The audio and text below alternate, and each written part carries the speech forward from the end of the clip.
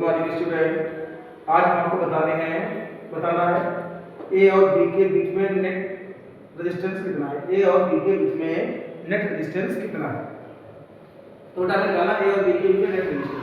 तो net resistance निकालने के लिए पहले इसका सर्किट देखना है कि पैरेलल है या सीरीज में है।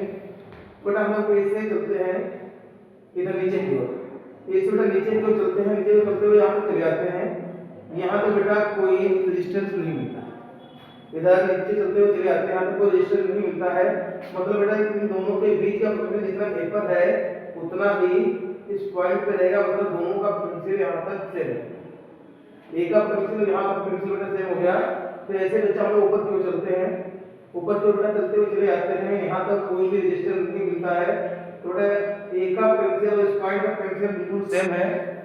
मतलब बेटा दोनों जगह का पोटेंशियल सेम है, इधर का पोटेंशियल यहाँ का पोटेंशियल यहाँ का दोनों जगह का सेम पोटेंशियल है। अब बेटा हम लोग आगे बढ़ते हैं कैसे अंदर की ओर। जैसे बेटा इस रेजिस्टेंस को क्रॉस करते हुए आगे बढ़ते हैं तो बेटा बीच में रेजिस्टेंस पड़ जाता है। रेजिस्टेंस के पड़ने से वोल्टेज क्या है डाउन हो जाता है। वोल्टेज में डाउन होता है मतलब यहाँ इस पॉइंट का पोटेंशियल डिफरेंस होगा, एक पोटेंशियल से तो कुछ पोटेंशियल डाउन हो चुका होगा। और डाउन होने के लिए बेटा चक्कर में हम लोग बेटा यहाँ पे कुछ ऐसे आगे को बढ़ते बढ़ते इस पॉइंट को हम लोग एक पॉइंट मानते हैं, नेट कर देते हैं। ऊपर से चलते हैं ऐसे नीचे की ओर, फिर बीच में पोटेंशियल पड़ जाता है, रेजिस्टेंस पड़ जाता है। रेजिस्टेंस की वजह से पोटेंशियल बच्चा डाउन हो जाता है। हम लोग पहुंचते हैं फिर से सी पर।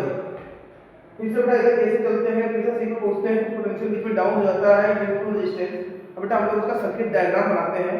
सर्किट डायग्राम क्या करते हैं, कैसे बनाते हैं हम लोग। एक पहले बैटरी लगा देते हैं, पॉजिटिव बैटरी का हो गया, इधर एक की हो गई, और उसके बाद बच्चा ये बस सर्किट डायग्राम बनाना। एक बेटा ये पॉइंट से 3 वायर हैं, तो हम लोग एक पॉइंट से 3 वायर निकाल देते हैं। ये बेटा हम लोग एक पॉइंट ले लेते हैं, ये बच्चा हम लोग एक पॉइंट ले लेते हैं, एक पॉइंट से 3 वायर निकाल देंगे। इसमें पैरेलल में पैरेलल वाले पैरेलल में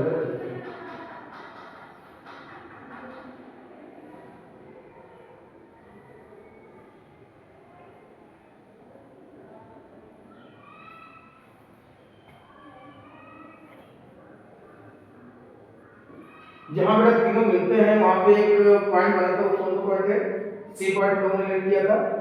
और सी बेटा पॉइंट को लेट करते ही हम लोग बेटा दूसरा रेजिस्टेंस लगा देते हैं, और उसके बाद दूसरा रेजिस्टेंस लगाने के बाद इस पॉइंट को क्या कहते हैं बी पॉइंट नाम दे देते हैं।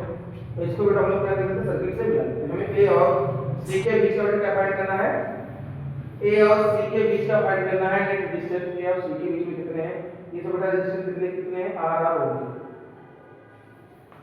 अब बेटा हमें पता है ए और सी के बीच में जो रेजिस्टेंस है, ए और बेटा सी के बीच में रेजिस्टेंस है वो सेम रेजिस्टेंस के हैं। तो बेटा इनका नेट रेजिस्टेंस कितना हो जाएगा, we know that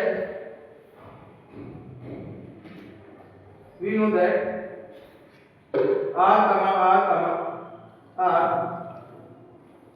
between A and C are in parallel.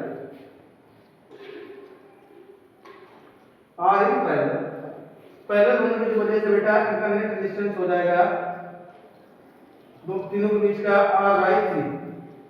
तो बेटा फार्मूला बेटा पता है इसका, हमने बता के रखा है फार्मूला क्या होता है, कितना सब बच्चे जानते हैं। बेटा बीच का रेजिस्टेंस कितना हो जाएगा R/3। फिर से बेटा नया एक रोड ड्रा करते हैं, नया डायग्राम बनाते हैं।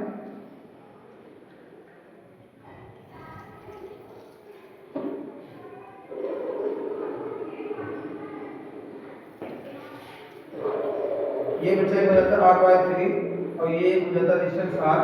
ये पॉइंट हो गया A, ये हो गया B, ये हो गया सर C, और इधर हो गया पॉइंट B। अब बेटा हम लोग फिर से चलते हैं, जैसे इधर से बेटा हम चलना चालू करते हैं। R और R/3 और R किसमें आते हैं पैरेलल में, R/3 और R पैरेलल में आ जाते हैं, सीरीज में आते हैं। सीरीज में होने की वजह से हमको बेटा नेट रेजिस्टेंस निकालना आता है। नेट रेजिस्टेंस इक्वल हो जाएगा, डायरेक्ट में ऐड कर देते हैं R/3 प्लस का R। तो नेट रेजिस्टेंस हो जाएगा R प्लस 3R/3 मतलब 4R/3।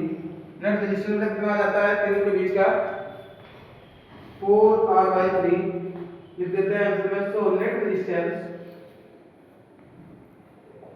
Net resistance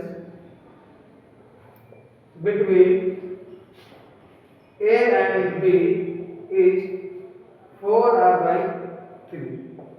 Okay beta, so this question will be completed.